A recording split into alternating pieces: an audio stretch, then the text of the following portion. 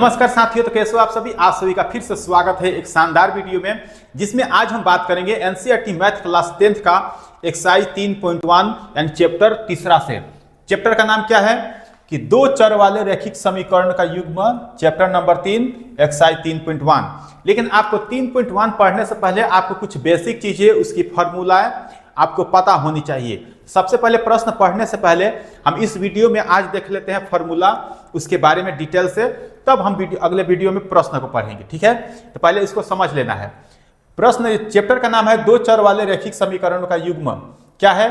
दो चर वाले रैखिक समीकरणों के युग्म का सामान्य रूप। सामान्य रूप, दो चर वाले रैखिक समीकरण, कहने का मतलब होता है कि उसमें दो समीकरण मिलेगा, दो समीकरण मिलेगा जिसका सामान्य रूप यहाँ पे हम लिख दिए हैं। देख सकते हैं कि a1x plus b1y plus c1 equal 0। ये हो जाएगा समीकरण 1। दो चर वाले रैखिक समीकरण जिसमें से पहला समीकरण क्या है, a1x plus b1y plus c1 equal में 0। ये हो जाएगा हमारा समीकरण 1 हो जाएगा। उस तरह से दूसरा समीकरण हो जाएगा a2x plus b2y plus c2 equal 0। ये हो जाएगा कौन सा, तो दूसरा समीकरण। आ गया समझ में? यानी ये कह रहे हैं कि दो चर वाले रैखिक समीकरण में दो समीकरण मिलेगा, दो समीकरण मिलेगा जिसको समीकरण 1 और समीकरण 2 से सूचित कर सकते हैं। और वहां पर जो ए बी सी होगा, जो ए बी सी, इसमें भी ए बी सी है, वो क्या है? अचर है, मीन कांस्टेंट है, अचर है। ठीक है, एक्स वाई है वो क्या है? चर है। आपको अचर और चर पहचानना मुश्किल नहीं होगा, जानते होंगे, फिर भी हम थोड़ा सा समझा दे रहे हैं, उसके बारे में ज्यादा डिटेल्स नहीं पढ़ना है।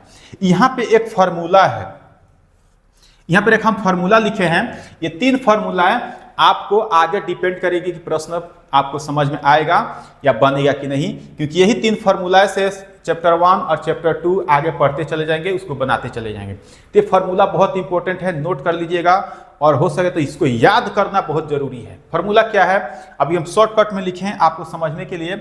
सबसे पहले तो फॉर्मूला याद हो जाता है तो प्रश्न बनाने में आसानी होगी, और साथ में एग्जाम में इन सभी से ऑब्जेक्टिव में पूछा जाता है। तीनों में से किसी एक में से प्रश्न में एग्जाम में पूछा जाएगा, और साथ में सब्जेक्टिव बनाने के लिए क्वेश्चन तो अलग है। ठीक है, तो फॉर्मूला क्या है पहले देखिए। इन दो चर वाले रेखाओं में a1 a2 b1 b2 और c1 c2 लिखे हैं। यदि रेखाएं a1 a2 बराबर नहीं है b1 b2 के, यानी ये दो प्रकार की रेखाएं, यहाँ पर समीकरण बनेगा। जैसे मान लीजिए, यहाँ पर समझ लीजिए एग्जाम्पल की तरह से, जैसे हम इसके लिए लिख दे रहे हैं 2x प्लस 3y प्लस 10 बराबर 0 लिख दिए। ठीक है, एक नंबर के लिए, इसके लिए फिर समझा रहे हैं।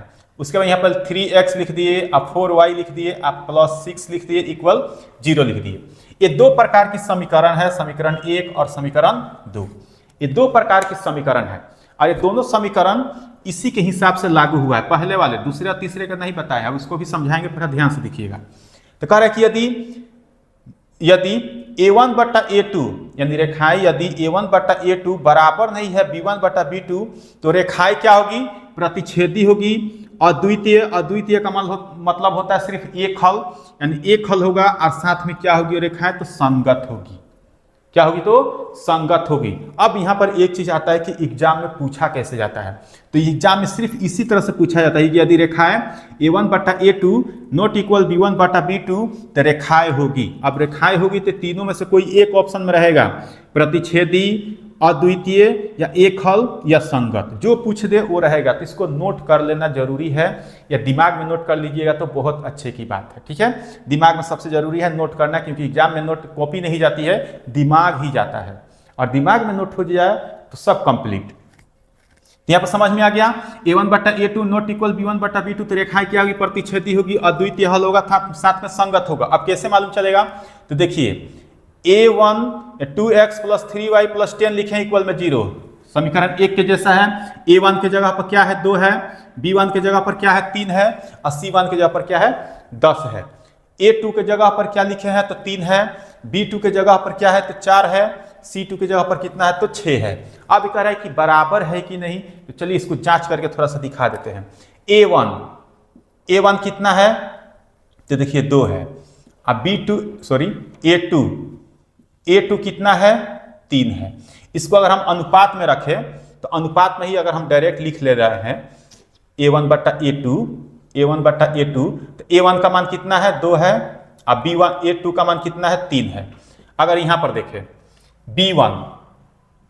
B1 बटा B2, B1 का कितना है 3 है और B2 का कितना है 4 है। और यहां पर देखिए तो A1 बटा A2 का मान कितना है 2 बटा 3 है, 2 बटा 3 है और B2 का कितना है 3 बटा 4 है। क्या ये दोनों मान आपस में बराबर है? 3 बटा 2 और 3 बटा 4, सॉरी 2 बटा 3 और 3 बटे 4 बराबर है? बराबर नहीं है। जब बराबर नहीं है तो कौन सा नियम लागू हो जाएगा? 1 नंबर, यानी A1 बटा A2 बराबर नहीं है B1 बटा B2। जब इसकी रेखाएं जो होगी आगे जो बनेगा क्वेश्चन, तो क्या होगा? प्रतिच्छेदी होगी। यानी प्रतिच्छेदी मतलब दो रेखाएं आपस में कहीं जाकर मिलेगी, काटेगी, ठीक है, तो उसे वो प्रतिच्छेदी कहते हैं। साथ में इसका अद्वितीय हल होगा, क्योंकि एक ही जगह पे दोनों रेखाएं आपस में काटेगी। क्या होगा? तो दोनों रेखाएं एक ही जगह पर काटेगी, तो इसलिए इसका अद्वितीय हल यानी सिर्फ एक हल होगा और साथ में संगत होगी, ठीक है, तो नोट कर लीजिएगा, बहुत इंपॉर्टेंट है ये चैप्टर। दूसरा है कि A1 बटा A2 बराबर है B1 बटा B2 बराबर है C1 बटा C2, यानी तीनों का मान अगर निकाला जाए इस तरह से, यहाँ पे कोई मान रखकर तीनों का मान निकाला जाए, तो तीनों का मान निकालने पर रेखाएं क्या होगी? संपाती होगी, साथ में अनेक हल होगा और साथ में संगत होगा। चलिए एग्जाम्पल से इसको फिर से समझ लीजिए थोड़ा सा। इसको हम एग्जाम्पल के रूप में देखें, इसको मिटा दे पहले।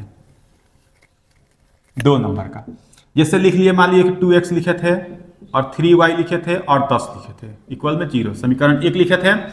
इसी तरह से यहाँ पर हम लिख लिए 4x plus 6x plus 20 equal में 0, ठीक है, ये समीकरण 2 हो जाएगा। A1 बटा A2 निकालेंगे, तो A1 बटा A2, A1 का मान कितना है 2 है और A2 का कितना है 4 है। तो देख सकते हैं ये काटेगा तो 1 का मतलब 1 दूना 2, यानी 1 बटा 2 इसका आंसर आएगा, 1 बटा 2 आएगा। कटाना जरूरी है, कटा कर ही आंसर निकाला जाएगा, अगर नहीं कटाओगे तो बिल्कुल गलत हो जाओगे, ठीक है। और यहाँ पर B1 बटा B2 देखें, B1 बटा B2, तो B1 का कितना है 3 है और B2 का कितना 6 है, ये भी कट जाएगा, 1 बटा 2, 1 बटा 2 ये भी आ गया। C1 बटा C2 देखा तो C1 कितना है 10 बटा 20, ये भी कट गया एक बार में, ये भी कट गया 2 बार, 1 बटा 2। अब तीनों का मान देखिए, A1 बटा A2, B1 बटा B2 और C1 बटा C2, तीनों का मान पे अगर ध्यान दीजिएगा, गौर कीजिएगा, तो क्या निकल के आ रहा है कि तीनों 1 बटा 2, 1 बटा 2 और 1 बटा 2, तीनों का मान एक जैसा है, एक जैसा है। तो एक जैसा है तो क्या होगा? तीनों आपस में बराबर होगा। जब तीनों आपस में बराबर होगा तो रेखाएं क्या हो जाएगी? संपाती होगी। इसका अनेक हल होगा, कहने का मतलब होगा कि रेखाएं तो आपस में काटेगी लेकिन एक ही बिंदु पर लगातार काटेगी, एक यहाँ पर, यहाँ पर, यहाँ पर, इस तरह से। तो जब 3 जगह 4 जगह दो आपस रेखाएं आपस में मिल जाएगी तो क्या होगा? अनेक हल हो जाएगा, यानी एक से ज्यादा आंसर निकलेगा तो अनेक हल, एक आंसर निकलता तो क्या होता? उसका अद्वितीय हल। आया समझ में? कंफर्म आ गया होगा, समझ में आ रहा होगा, बिल्कुल आशा है, ठीक है। अब इसी तरह से देखेंगे तीसरा, इसमें क्या है कि A1 बटा A2 बराबर तो है B1 बटा B2 का, लेकिन बराबर नहीं है C1 बटा C2 का। जब इस प्रकार की रेखाएं हो जाएगी तो क्या होगी? समांतर होगी, और समांतर हो जाएगा तो इसका एक भी आंसर नहीं निकलेगा, क्योंकि दोनों रेखाएं सीधे चली जाएगी, तो आपस में कहीं नहीं मिलेगी। जब नहीं मिलेगी तो रेखाएं समांतर हो जाएगी और साथ में असंगत होगा। चलिए इसको भी एग्जाम्पल से समझ लेते हैं ताकि आपको पूरा कंफर्म दिमाग पे बैठ जाए। एग्जाम्पल नंबर 3,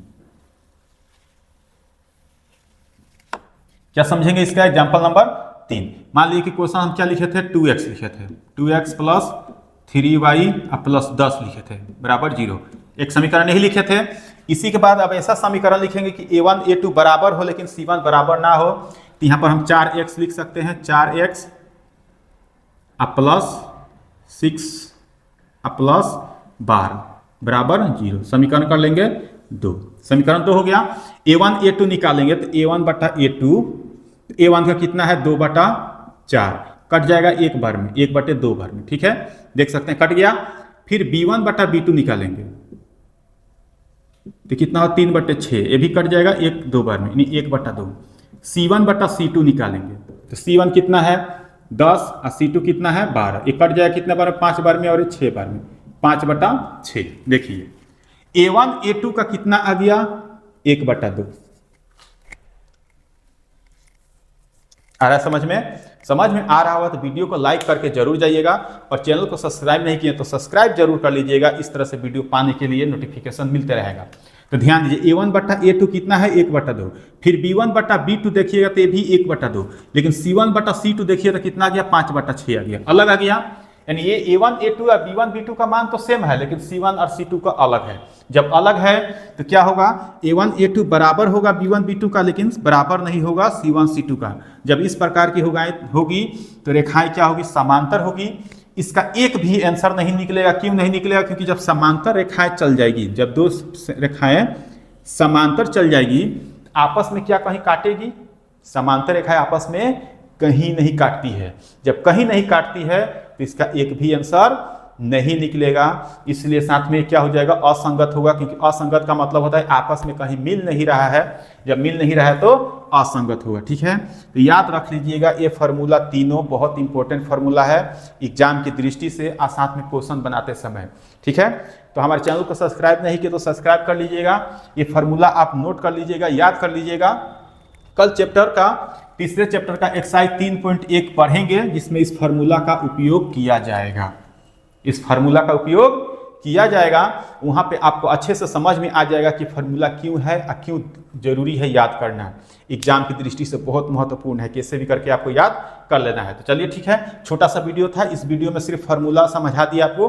अगले वीडियो में हम लेकर आएंगे पूरे प्रश्न 3.1 का पूरा प्रश्न सोल्यूशन के साथ। ठीक है, तो चैनल को सब्सक्राइब नहीं किया तो कर लीजिएगा और अपने दोस्तों के पास भी शेयर जरूर कर दीजिएगा।